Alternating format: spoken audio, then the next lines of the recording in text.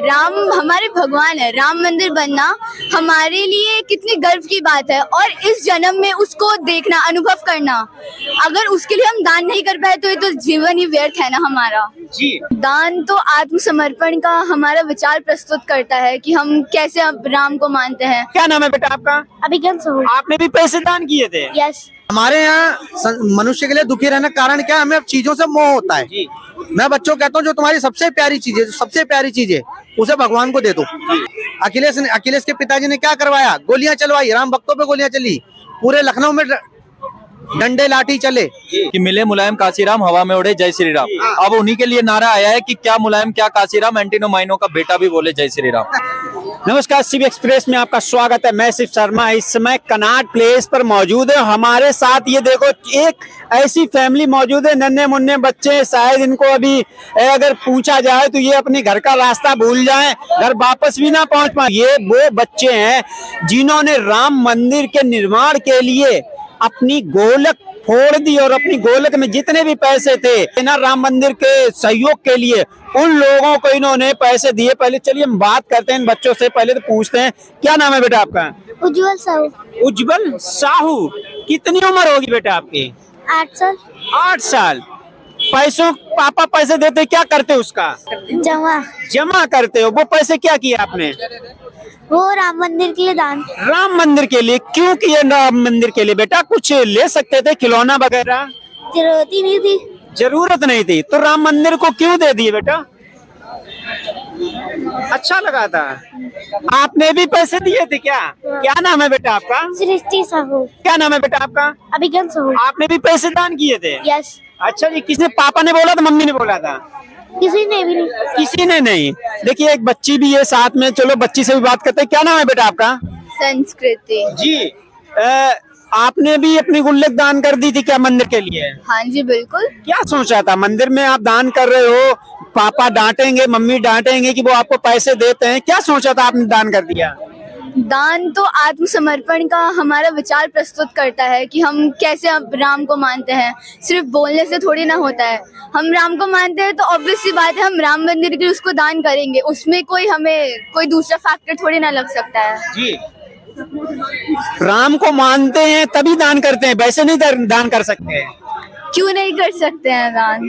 अच्छा, कोई आइडिया आपके मन में आया होगा कि राम मंदिर जो बन रहा है, गुल्लक जो आपके पास रखी थी आपने फोड़ दिया और दे दिया, आपके मन में ये अचानक विचार आए थे या पहले से ही प्लान कर रखा था? ये तो हमारा अधिकार है। राम हमारे भगवान है। राम मंदिर बनना हमारे लिए कितनी गर्व की बात है और इस जन्म में उसको देखना, अनुभव करना, अगर उसके लिए हम दान नहीं कर पाए तो ये तो जीवन ही व्यर्थ है ना हमारा। जी। तो मंदिर में आप जाओगे 22 तारीख को? क्यों नहीं जाएंगे, कैसी बात कर? बिल्कुल जाओगे। मोदी जी ने मना किया है कि सब लोग अपने घर पे ही राम मंदिर मंदिर का उद्घाटन जो प्रोग्राम है वो देखें। 22 को फिर भी ना जाए तब भी कभी ना कभी तो जाएंगे, वो तो जाएंगे। क्या नाम है सर आपका? विनोद साहू। जी। ये सारे बच्चे आप ही के हैं? हाँ जी, हाँ जी। जी। कैसी शिक्षा आपने दी? बच्चे आपके मंदिर में दान कर रहे हो, आप रोक नहीं रहे हो? मैं सबसे पहले तो एक शब्द ठीक करना चाहूंगा यहाँ पर। जो दान है, ये दान मंदिर में कभी दान नहीं दिया जाता। दान हमेशा गरीब को या जो सहायतार्थ लोग हैं उनको दान दिया जाता है। भगवान के लिए हमारा समर्पण होना है। समर्पण मतलब त्याग। जहाँ पर मुझे देते हुए कुछ कष्ट महसूस हो उसको समर्पण बोलते हैं। तो हमने समर्पण किया है, दान नहीं किया। भगवान के लिए मैं दान नहीं करता, समर्पण किया। भगवान से तो मैं खुद ही दान मांगता हूँ, भगवान मुझे ये दे दो वो दे दो। तो मैं अपना समर्पण किया और जो समर्पण हम कर सकते हैं, जितना मैक्सिमम कर सकते थे हमने किया।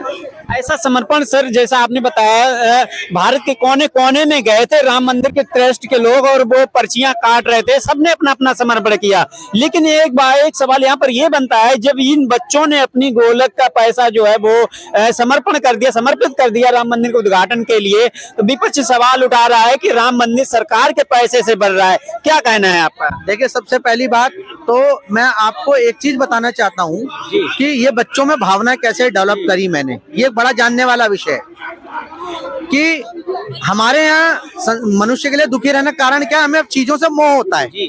मैं बच्चों को कहता हूँ जो तुम्हारी सबसे प्यारी चीज है, जो सबसे प्यारी चीज है उसे भगवान को दे दो। मतलब अपनी सबसे पहली चीज को त्यागना जरूरी है, तो त्याग हमने सिखाया। तो इसलिए मैं घर पर नहीं था, तब भी इन्होंने अपनी गुल्लक तोड़ के जब वो मांग लेने आए समर्पण राशि, तो उन्होंने दे दिया। इन्हें दुख नहीं है, मतलब मेरा कुछ जा रहा है उससे मतलब ही नहीं था। दूसरी बात ये है कि मुझे ये खुशी, अगर ये मंदिर सरकार के पैसों से बन रहा होता तो शायद मुझे थोड़ा सा दुख होता। खुशी इस बात की है कि सामान्य नागरिक ने, सामान्य जन ने, राम भक्तों ने मिलकर ये मंदिर बनवाया। तो इसलिए आज हम कह सकते हैं कि किसी की कमाई का पैसा नहीं लगा है, इसमें राम भक्तों का पैसा लगा है। इसलिए कोई उंगली उठाने वाले अपनी उंगली नीचे कर लो, नहीं तो उंगलियां तोड़ दी जाए। लेकिन उंगली तो उठा रहे हैं कि सरकार के पैसे से राम मंदिर बना है, सरकार देश में मंदिर ही मंदिर बनवा रही है, बेरोजगार कर रही है हर किसी को। अरे पहले तो उन्हें इकोनॉमी सिस्टम पढ़ना पड़ेगा कि इकोनॉमी सिस्टम चलता कैसे है, कि मंदिर से इकोनॉमी बढ़ती है, घटती नहीं है। यहाँ पर रोजगार बढ़ता है।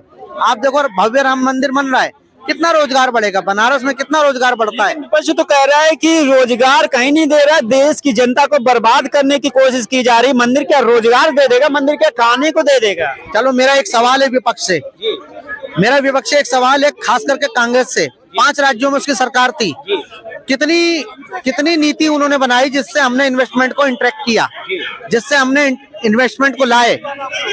5 राज्यों में कितने इन्वेस्टमेंट प्लान उन्होंने बनाए, कितने औद्योगिकरण के धंधे लगवाए, कितने औद्योगिकरण करवाए और कितना रोजगार की नीति बनाई। मैं भूल जाता हूँ सेंट्रल 5 राज्यों का बता दें, बाकी जवाब हम दे देंगे। आगे क्या प्रोग्राम है? राम मंदिर का उद्घाटन हो जाएगा, उसके बाद 2024 में किसको लाना है? देखिए लाना कुछ नहीं है, लाने के लिए तो खड़े हैं मोदी जी, वो वही आएंगे और तो कोई है मोदी जी को ही लाओ। मोदी जी आएंगे और कोई दिख ही नहीं रहा। विकास पुरुष तो फिलहाल वही है।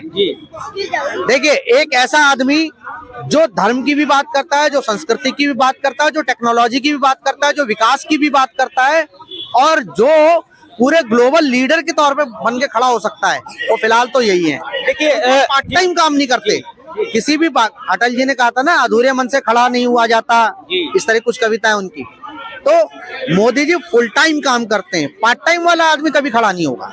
सर राम मंदिर को लेकर के अखिलेश यादव ने एक बयान जारी किया था कि राम मंदिर तो हम भी बना देते, लेकिन हमें समय नहीं मिला, हमने बनाया नहीं। क्या कहना चाहोगे उनके बयान पर? आप राम मंदिर बना देते कि आपने राम भक्तों पे गोलियां चलाई। मुझे याद है जिस समय ये 92 वाला कांड हुआ है ना, मैं छोटा 10 साल का बच्चा था, इनसे 10 साल का था, अपनी दादी के साथ रहता था। भाई साहब रात को घर बंद करके भागना पड़ा था, दूसरे के घर में पनाह ली थी रात को, नहीं तो हमारा घर तोड़ दिया जाता, क्योंकि उस पूरे मुस्लिम एरिया में अकेले हिंदू थे। पर हुआ क्यों? अखिलेश के पिताजी ने क्या करवाया? गोलियां चलवाई, राम भक्तों पे गोलियां चली, पूरे लखनऊ में डंडे लाठी चले। तो अगर ये मंदिर बनवाते तभी बनवा देते, तब तो ये मुख्यमंत्री थे, क्यों नहीं कराए नारा दिया था उस टाइम जी। अखिलेश के परिवार का पूर्वजों का जब चिरकुटों ने, जब सरकार आई थी बुनियादी ढांचा गिरने के बाद, जो बसपा सपा और इन्होंने चिरकुटों ने मिलकर सरकार बनाई थी, कांग्रेस भी शामिल थी, तो उन्होंने नारा दिया था कि मिले मुलायम काशीराम हवा में उड़े जय श्री राम। अब उन्हीं के लिए नारा आया है कि क्या मुलायम क्या काशीराम, एंटीनो माइनो का बेटा भी बोले जय श्री राम।